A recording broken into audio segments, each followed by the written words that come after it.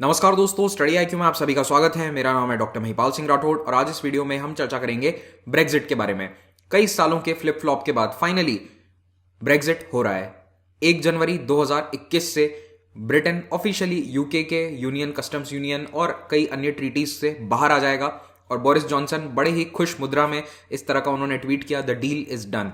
Brexit इतने सालों से चल रहा है कि मुझे याद है 4 साल पहले भी मैंने इस पर एक वीडियो बनाया था और उसमें मैंने डिस्कस किया था कि ब्रेग्जिट के पीछे रीजंस क्या हैं, क्यों ब्रिटेन की जनता ने ब्रेग्जिट के लिए वोट डाला था। उस समय ये वीडियो बनाया गया था, यानी वोटिंग के 4 साल बाद अब जाकर फाइनली ब्रेग्जिट एक्चुअली में हो पाया है। तो अगर आपको ब्रेग्जिट के रीजंस जानने हैं तो इस वीडियो को आप देखिए। मैं यहां पर रीजंस की चर्चा फिर से नहीं करने वाला हूं। मेनली हम बात ये करेंगे कि इस पोस्ट ब्रेग्जिट यूके में क्या बदलाव आएंगे, यूरोपियन यूनियन के साथ इनके ट्रेड, टैरिफ एटसेट्रा पर क्या फर्क पड़ने वाला है, लोगों की आवाजाही पर क्या फर्क पड़ेगा, इन सब पॉइंट्स को हम डिस्कस करेंगे। अगर आप मुझसे सोशल मीडिया पर जुड़ना चाहते हैं तो मुझे ट्विटर, फेसबुक और इंस्टाग्राम पर महिपाल राठौड़ हैंडल पर फॉलो कर सकते हैं और इसी नाम से आपको मेरा टेलीग्राम चैनल भी मिलेगा जहां पर आप लेक्चर्स के पीडीएफ को डाउनलोड कर सकते हैं। जो कल और परसों के पीडीएफ थे वो मैं अपलोड कर चुका हूं।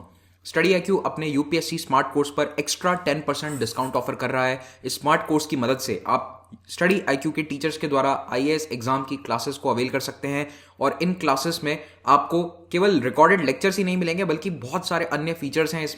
इसमें करंट अफेयर्स के अपडेट्स हैं, जिस्ट है, पीआईबी समरीज हैं, बहुत सारे फीचर्स जो आपको ऐप पर देखने को मिलेंगे। और अब ये कोर्स हमारे वेबसाइट पर भी अवेलेबल है, वेब पर, यानी कि आप कंप्यूटर या लैपटॉप पर भी इसको एक्सेस कर सकते हैं।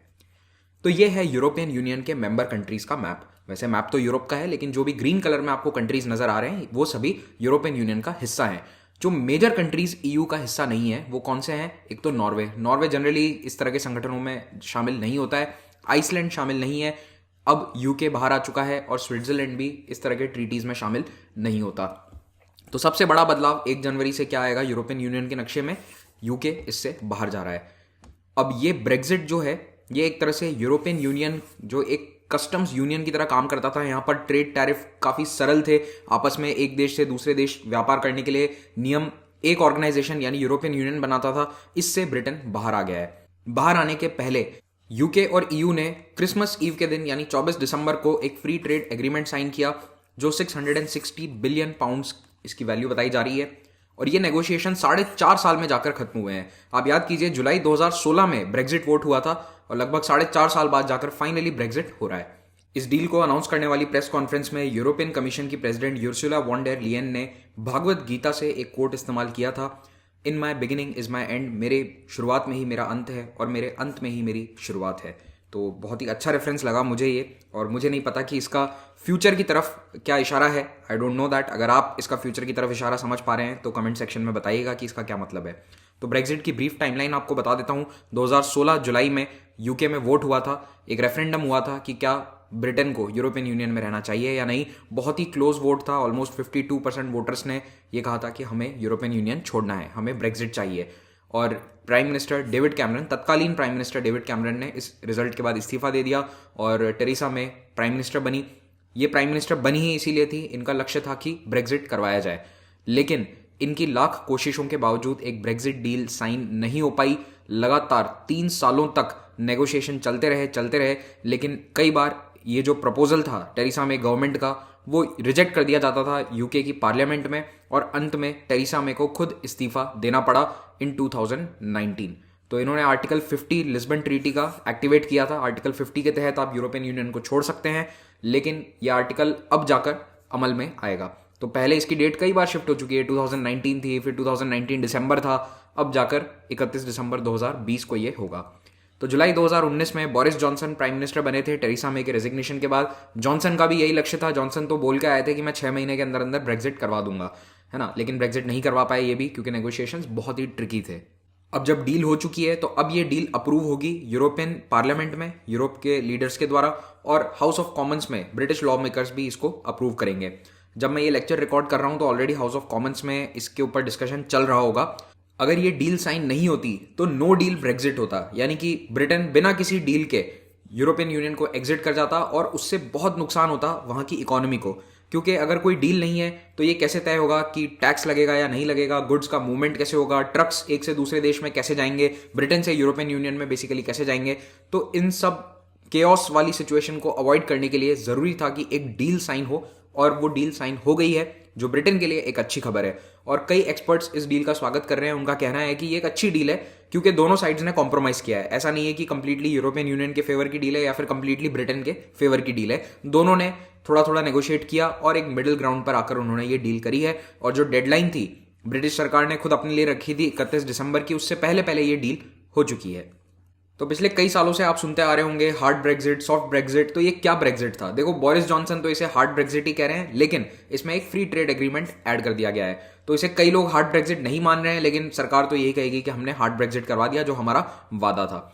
तो मेनली इस डील में कोटाज और टैरिफ्स पर फोकस किया गया है और इतने सारे रूल्स एंड रेगुलेशंस इसमें डिस्कस किए गए हैं। उसके बावजूद कहीं ना कहीं थोड़ा सा ब्रिटेन को प्रॉब्लम फेस करना पड़ सकता है आने वाले 1-2 सालों में, क्योंकि रेगुलेटरी चेक्स तो होंगे।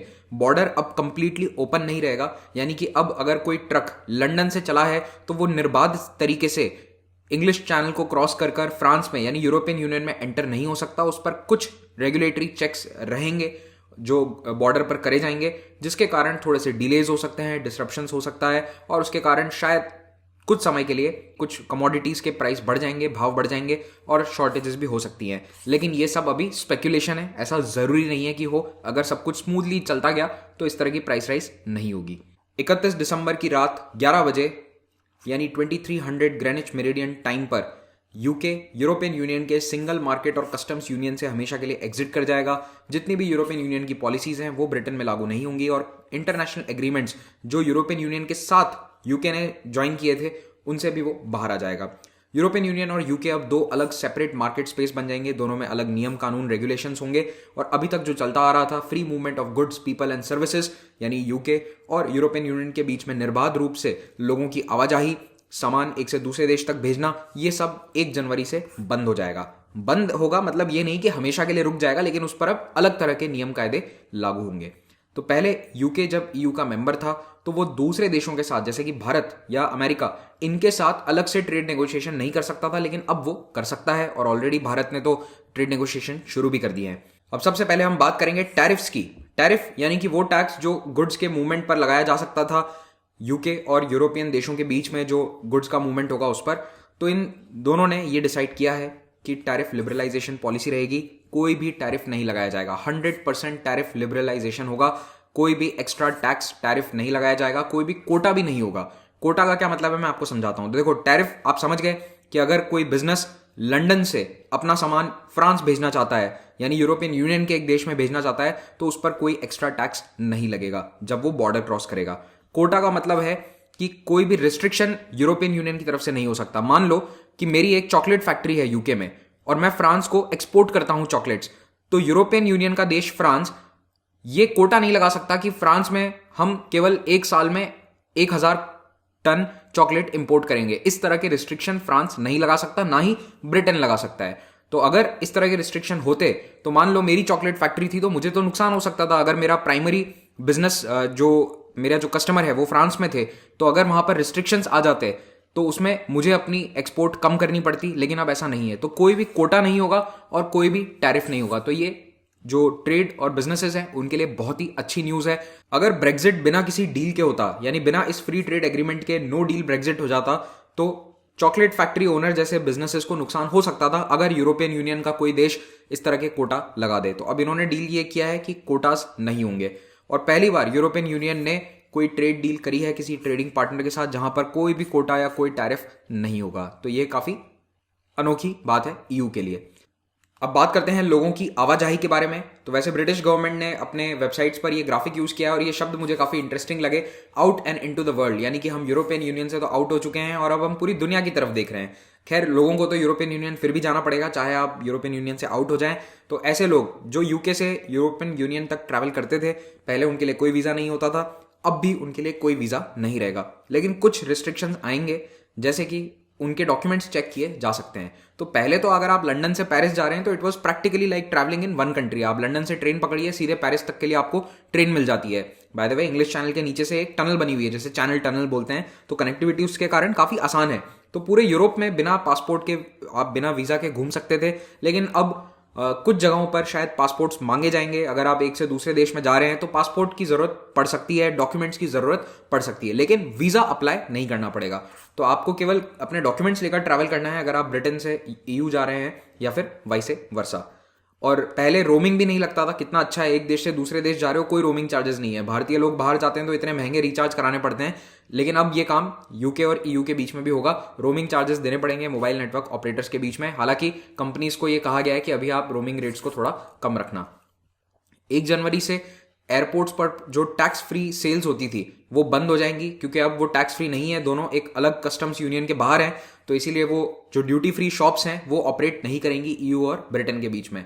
और जो पेट पासपोर्ट्स है, जी हाँ, वहां पर पालतू जो पशु हैं उनके भी पासपोर्ट होते हैं, तो पेट पासपोर्ट जो हैं वो ईयू में वैलिड नहीं होंगे। तो अब आप अपने डॉगी के साथ फ्रांस में छुट्टियां मनाने नहीं जा सकते, क्योंकि जो पेट पासपोर्ट आपके डॉगी का है वो वैलिड नहीं रहेगा। अगला बदलाव ये होगा कि यूके से जाने वाले ट्रैवलर्स यूरोपियन यूनियन में वही रिस्ट्रिक्शंस फेस करेंगे जो नॉन ईयू कंट्रीज के लोग फेस करते हैं। तो मान लो कि कल को फ्रांस ये डिसाइड करता है कि हम केवल यूरोपियन यूनियन से अपने यहां पर फ्लाइट्स चलाएंगे और दुनिया के बाकी सारे देशों से हम अपनी फ्लाइट बंद कर देंगे, तो अब उन देशों में यूके भी शामिल हो जाएगा। तो चाहे दोनों देश 100 किलोमीटर की दूरी पर हैं, लेकिन यूके से फ्रांस की फ्लाइट्स बंद हो जाएंगी। यानी कि जो रिस्ट्रिक्शन नॉन ईयू कंट्रीज के ट्रैवलर्स पर रहेंगे वही रिस्ट्रिक्शंस यूके के ट्रैवलर्स पर भी लागू होंगे। इस एग्रीमेंट का अगला इंपॉर्टेंट पॉइंट है लोकल इंडस्ट्री की सब्सिडीज को लेकर। तो ब्रिटेन में ऐसा माना जाता था कि लोकल इंडस्ट्रीज को नुकसान हो रहा है ईयू में रहने के कारण, तो ब्रेक्जिट का one of the main reason ही यही था कि हम लोकल इंडस्ट्री को बढ़ावा देना चाहते हैं। लेकिन इस डील के तहत ब्रिटिश गवर्नमेंट ने यह कहा है कि हम अपनी लोकल इंडस्ट्री को हद से ज्यादा सपोर्ट नहीं करेंगे, लेवल प्लेइंग फील्ड रखेंगे। यानी कि इतना ज्यादा लोकल इंडस्ट्री को सब्सिडी नहीं देंगे ताकि यूरोपियन यूनियन के बिजनेसेस को नुकसान हो। लेकिन ये तय कौन करेगा कि यूरोपियन यूनियन के इंडस्ट्रीज को नुकसान हो रहा है? तो इसके लिए इंडिपेंडेंट आर्बिट्रेशन होगी। यानी कि ये दोनों देश एक इंडिपेंडेंट बॉडी के पास जाएंगे और वहां पर ये डिसाइड होगा कि क्या यूरोपियन यूनियन के देश या फिर यूके अपनी लोकल इंडस्ट्री को ज्यादा सब्सिडी तो नहीं दे रहे, जिसके कारण सामने वाले देश की इंडस्ट्री को नुकसान हो, वहां के प्रोडक्ट्स महंगे हो रहे हैं। और पहले इस तरह का जो कोई डिस्प्यूट होना था तो वो कहां तय होता? यूरोपियन यूनियन के कानून के तहत। लेकिन अब ऐसा नहीं होगा, अब ये डिस्प्यूट जो है इंटरनेशनल लॉ में तय होगा, ना कि ईयू लॉ के तहत। और यूरोपियन कोर्ट ऑफ जस्टिस अब यूके में ज्यूरिसडिक्शन नहीं रखेगा, यूके ईयू के लॉज को फॉलो नहीं करने वाला है। फिर इन्होंने साइंटिफिक कोलैबोरेशन के लेवल पर एक इरास्मस स्कीम थी जिसमें यूके के साइंटिस्ट यूरोपियन यूनियन के साथ कोलैबोरेट करते थे। इस स्कीम से भी यूके एग्जिट कर जाएगा। और यूरोपियन स्टूडेंट्स के लिए भी थोड़ा सा नुकसान होगा। ब्रिटिश यूनिवर्सिटी में उनको वही फीस देनी होती थी जो यूके के स्टूडेंट्स देते हैं, उनको एक्स्ट्रा फीस नहीं देनी पड़ती। अगर आप भारत से यूके जाएंगे तो हो सकता है कि आपकी फीस ज्यादा हो एज अ फॉरेन स्टूडेंट, लेकिन यूरोपियन यूनियन के लोगों को यूके वाली फीस देनी होती थी। लेकिन अब ऐसा नहीं होगा, ये प्रोग्राम से भी यूके एग्जिट कर रहा है। ब्रेक्जिट डील का अगला इंपॉर्टेंट एस्पेक्ट है राइट्स ओवर फिशिंग वाटर्स को लेकर। देखिए, ब्रिटेन में इनकी फिशिंग इनके लिए बहुत इंपॉर्टेंट है। अब वैसे जो फिशिंग इंडस्ट्री है, यानी कि यूके के सॉवरेन वाटर्स में जो मछलियां पकड़ी जाती है, अगर उस इंडस्ट्री की साइज आप देखें तो उनकी इकोनॉमी के अनुसार बहुत बड़ी नहीं है। 60 मिलियन पाउंड्स की टोटल ये इंडस्ट्री है। लेकिन ये पॉलिटिकली बहुत ही सेंसिटिव इशू है। जैसे हमारे यहाँ पे आप देख ही रहे हैं कि किसान आंदोलन चल रहा है, तो जैसे हमारे यहाँ पे क्या है कि स्टेपल डाइट है हमारी चावल और गेहूं, तो वीट और राइस को लेकर अगर कोई भी मुद्दा होता है तो वो पॉलिटिकली सेंसिटिव बन जाता है। वैसे ही यूके में फिश वहां की डाइट का एक स्टेपल हिस्सा है, इसीलिए उसको लेकर कोई भी चेंज होता है तो वो वहां के लोगों को दिल के तार उनके बच जाते हैं। तो इसीलिए ये मुद्दा ब्रेक्जिट के दौरान भी बहुत कॉन्ट्रोवर्शियल रहा था। तो मुद्दा क्या है? पहले यूके के लोगों को ये लगता था, फिशरमैन को ये लगता था कि हमने यूरोपियन यूनियन ज्वाइन करके क्या किया, इन सारे देशों को यह अधिकार दे दिया कि हमारे सॉवरेन वाटर्स में आकर ये यहां पर फिशिंग कर सकते हैं। इनको यह अधिकार था क्योंकि सब यूरोपियन यूनियन का पानी है। तो अब यूके ने यह कहा है कि हमें अपने सॉवरेन वाटर्स वापस चाहिए। तो ये इनकी ओरिजिनल डिमांड थी। लेकिन जो डील साइन हुई है उसमें एक कॉम्प्रोमाइज हुआ है। कॉम्प्रोमाइज क्या है आपको बता देता हूं। तो पहली चीज तो याद रखना कि ईयू की जो कॉमन फिशरीज पॉलिसी है उससे यूके एग्जिट कर जाएगा, लेकिन आने वाले कुछ सालों तक जो नियम कायदे अभी तक थे वही आगे कंटिन्यू रहेंगे। यानी कि एकदम से हार्ड ब्रेक्जिट नहीं हुआ है, यहां पर एक सॉफ्ट ब्रेक्जिट हुआ है। तो यूरोपियन यूनियन ने कहा था कि 14 साल तक सेम रूल्स रखो जो अभी तक चल रहे हैं। यानी कि यूरोपियन कंट्रीज के जो ट्रॉलर्स हैं, मछली पकड़ने आते हैं, उनको यहां पे नॉर्थ सी में मछली पकड़ने का अधिकार मिलता रहे। लेकिन ब्रिटेन ने कहा कि नहीं, केवल 3 साल रखेंगे।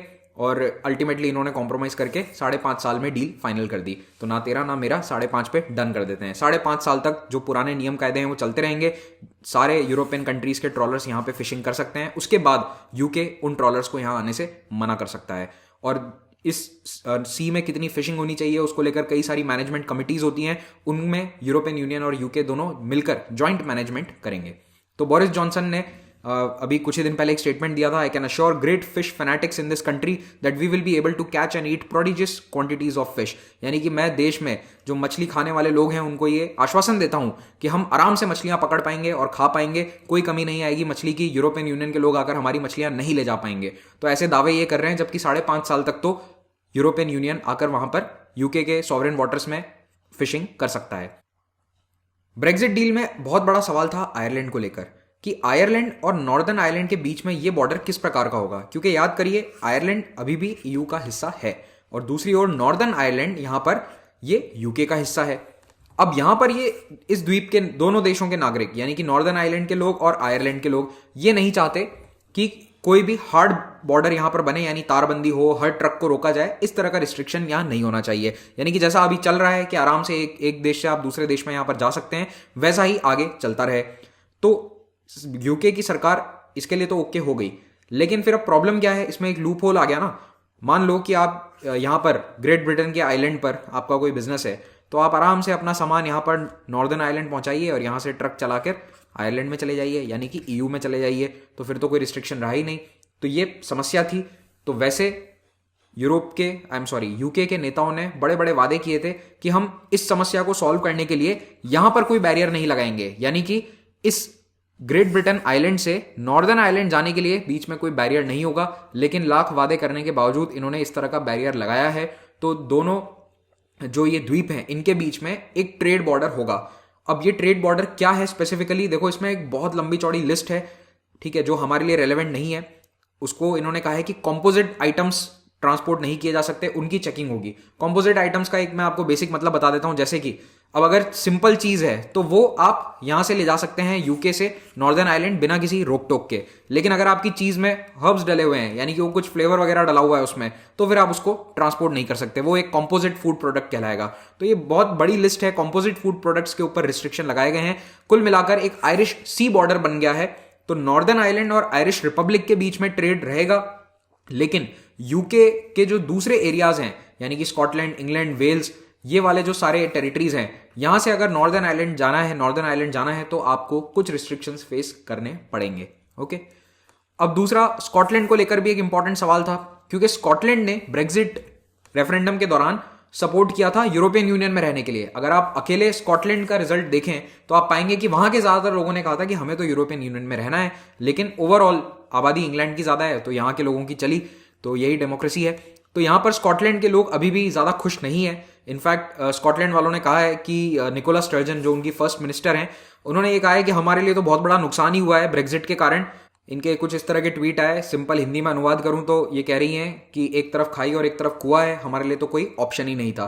तो स्कॉटलैंड में हो सकता है, मुझे लगता है कि आने वाले कुछ सालों में फिर से एक रेफरेंडम होगा स्कॉटलैंड को अलग देश बनाने के लिए, जैसा 2014 में आखिरी बार हुआ था। हालांकि उस रेफरेंडम में साथ रहने वालों की जीत हुई थी, लेकिन वो बहुत ही थिन मार्जिन था।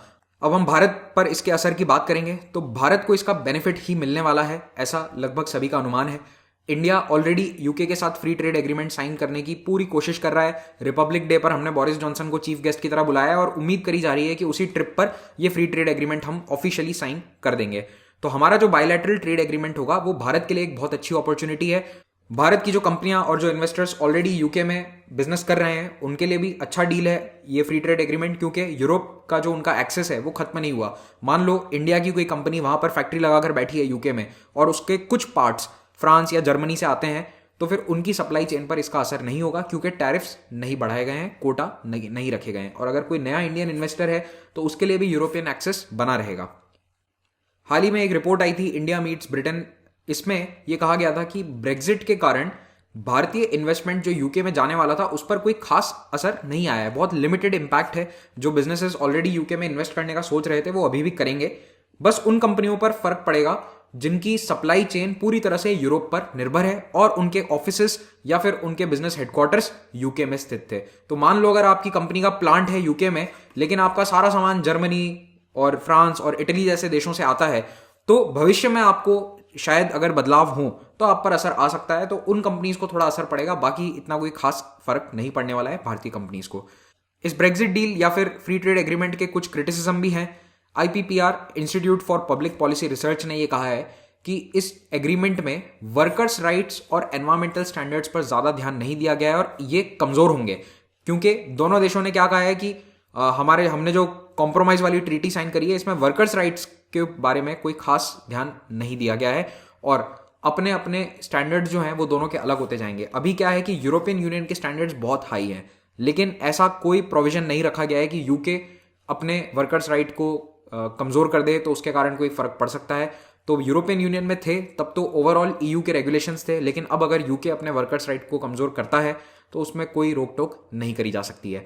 लेकिन एक प्रावधान जरूर रखा गया है, 4 साल बाद यूरोपियन यूनियन ये देखेगा, रिव्यू करेगा कि यूके अपने लेबर, सोशल और एनवायरमेंटल प्रोटेक्शंस को कहां पर रख रहा है। अगर उन्हें लगता है कि यूके जानबूझकर इन प्रोटेक्शंस को कमजोर कर रहा है, लेबर राइट्स को कमजोर कर रहा है, तो फिर यूरोपियन यूनियन कुछ कदम उठा सकता है, जैसे कि वो टैरिफ लगा देगा। तो ये प्रोविजन है, लेकिन यूरोपियन यूनियन के जो स्ट्रिक्ट लॉज हैं उनको अब यूके को फॉलो करने की आवश्यकता नहीं रहेगी। तो इसी के साथ ये लेक्चर समाप्त होता है। Thank you very much for watching this. Have a great day.